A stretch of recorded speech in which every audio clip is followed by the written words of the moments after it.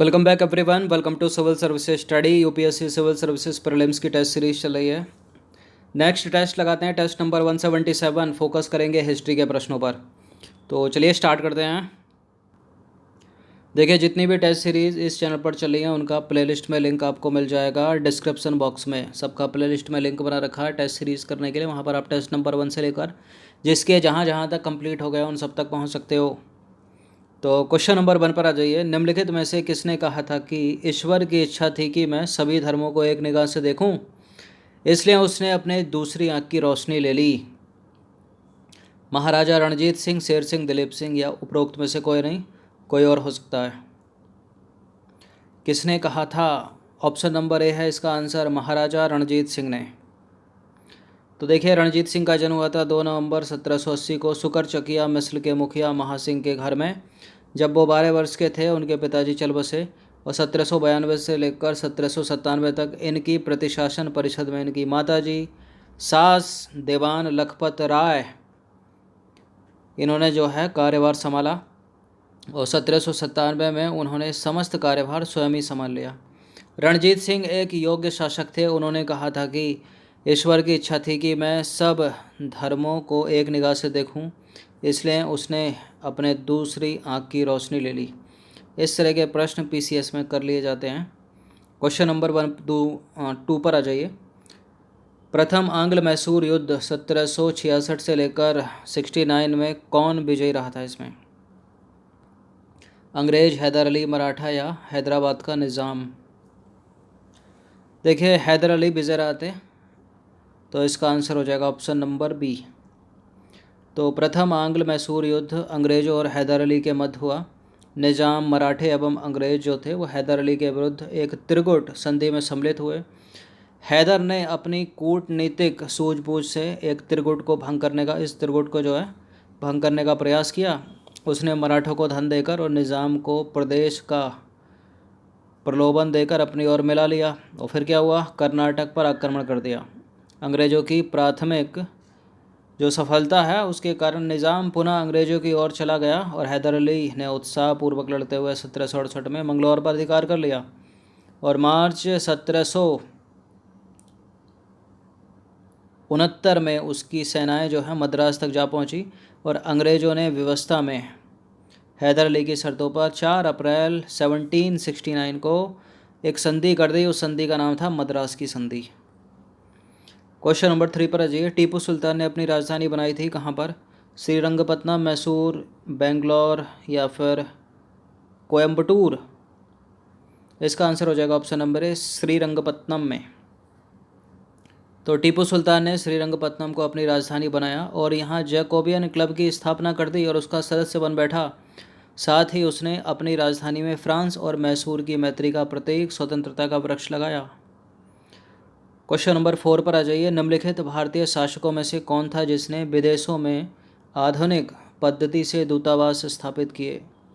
विदेशों में आधुनिक पद्धति से दूतावास स्थापित किए थे Tipu Sultan. Option number D है इसका आंसर।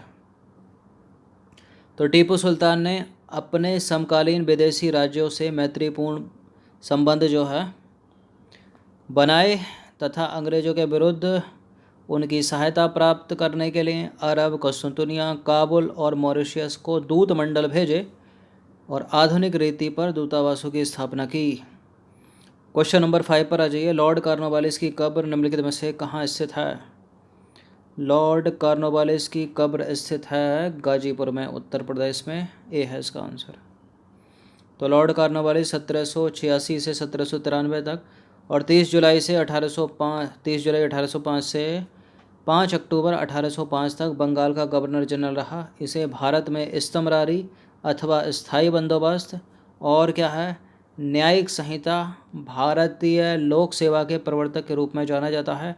इसकी मृत्यु 5 अक्टूबर 1805 को गाजीपुर, उत्तर प्रदेश में हुई थी, जहां इसकी कब्र स्थित है। तो मोस्ट इम्पोर्टेंट है लॉर्ड कॉर्नवालिस, इस्तमरारी व्यवस्था अथवा स्थायी बंदोबस्त, न्यायिक संहिता, भारतीय सिविल सेवा का पिता, लोक सेवा का पिता, इसको क्या क्या नहीं कहा जाता। क्वेश्चन नंबर 6 पर आ जाइए। लॉर्ड वेलेजरी की सहायक संधि को स्वीकार करने वाला पहला मराठा सरदार कौन था? पेशवा बाजीराव द्वितीय और रघुजी भोसले, दौलत राव सिंधिया या उपरोक्त में से कोई नहीं। इसका आंसर हो जाएगा option number A, Peshwa Bajirao द्वितीय। तो लॉर्ड वेलेस्ली की सहायक संधि को सबसे पहले स्वीकार करने वाला मराठा सरदार था लॉर्ड बाजीराव द्वितीय, पेशवा बाजीराव द्वितीय। क्वेश्चन नंबर 7 पर आ जाइए। निम्न में सहायक संधि स्वीकार नहीं की थी। किसने सहायक संधि स्वीकार नहीं की थी? जोधपुर के राजपूत राज ने स्वीकार की थी, मैसूर के शासक ने स्वीकार की थी, इंदौर के होलकर ने स्वीकार नहीं की थी और हैदराबाद के निज़ाम ने भी स्वीकार कर ली थी। बी है इसका आंसर। तो देखिए, लॉर्ड वेलेस्ली ने भारतीय राज्य को अपनी अंग्रेजी राजनीतिक परिधि में लाने के लिए सहायक संधि का प्रयोग किया। इंदौर के होलकर ने सहायक संधि स्वीकार जो है वो नहीं की थी। और दिए गए विकल्पों में हैदराबाद के निज़ाम ने, जोधपुर के राजपूत राज ने और मैसूर के शासक ने सहायक संधि को स्वीकार किया था। क्वेश्चन नंबर 8 पर आ जाइए। ईस्ट इंडिया कंपनी का राजपूत राज्यों में सहायक संधि करने का मुख्य उद्देश्य क्या था? शत्रुओं के विरुद्ध सैनिक सहायता प्राप्त करना, या मराठा पिंडारी आक्रमण से इन राज्यों की सुरक्षा करना, या फिर खिराज के रूप में धन प्राप्त करना, या अंग्रेजों की प्रभुसत्ता स्थापित करना। क्या उद्देश्य था? देखिए, इसका उद्देश्य था ऑप्शन नंबर डी, अंग्रेजों की प्रभुसत्ता स्थापित करना। तो लॉर्ड वेलेस्ली ने भारतीय राज्यों को अंग्रेजी राजनीतिक परिधि में लाने के लिए सहायक संधि का प्रयोग किया। इससे अंग्रेजी सत्ता की श्रेष्ठता और प्रभुसत्ता स्थापित हो गई। क्वेश्चन नंबर 9 पर आ जाइए। उस समय जब नेपोलियन की शक्ति के सामने यूरोप में साम्राज्य धाराशायी हो रहे थे, तो इन गवर्नर्स में से कौन, जो नीचे लिखे गए हैं, इनमें से किस एक ने भारत में ब्रिटिश पताका फहराए रखी थी? लॉर्ड डलहौजी, कॉर्नवालिस, वेलेस्ली या फिर लॉर्ड हेस्टिंग? इसका आंसर है Lord Wellesley, option number C. तो देखिए, लॉर्ड वेलेस्ली ने भारत की ओर 1797 में प्रस्थान किया, जो कि आंग्ल इतिहास में संभवतः सबसे अंधकारमय था। क्वेश्चन नंबर 10 पर आ जाइए। ठगों के दमन में निम्नलिखित में से कौन संबद्ध था? ठगों का दमन करने में कौन संबद्ध था? Captain Sleeman. कौन संबद्ध था? Captain Sleeman. तो देखिए, लॉर्ड विलियम बेंटिक ने कैप्टन स्लीमैन को ठगों के विरुद्ध कार्रवाई करने के लिए नियुक्त किया। उसने लगभग 1500 ठगों को बंदी बना लिया और अनेक ठगों को फांसी दी गई और शेष को आजीवन जो है कारावास दे दिया गया। और 1837 के पश्चात संगठित रूप से ठगों का जो है वो अंत हो गया। क्वेश्चन नंबर 11 पर आ जाइए। अंग्रेजों द्वारा सिंध विजय संपन्न हुआ। लॉर्ड एलन के समय में, लॉर्ड हार्डिंग के समय में, लॉर्ड ऑकलैंड के समय में, या फिर लॉर्ड एम हर्स्ट के समय में अंग्रेजों द्वारा सिंध विजय संपन्न हुई? क्या है इसका answer? Option number A, Lord Ellenborough के समय में। तो देखिए, लॉर्ड एलनबरो के काल के दौरान अगस्त 1843 में सिंध को पूर्ण रूप से ब्रिटिश साम्राज्य में मिला लिया गया और यह प्रथम आंग्ल अफगान युद्ध का एक प्रमुख परिणाम था। क्वेश्चन नंबर 12 पर आ जाइए। किस मुगल सम्राट के काल में इंग्लिश ईस्ट इंडिया कंपनी ने भारत में सबसे पहले कारखाना स्थापित किया था? मोस्ट इम्पोर्टेंट क्वेश्चन है ये।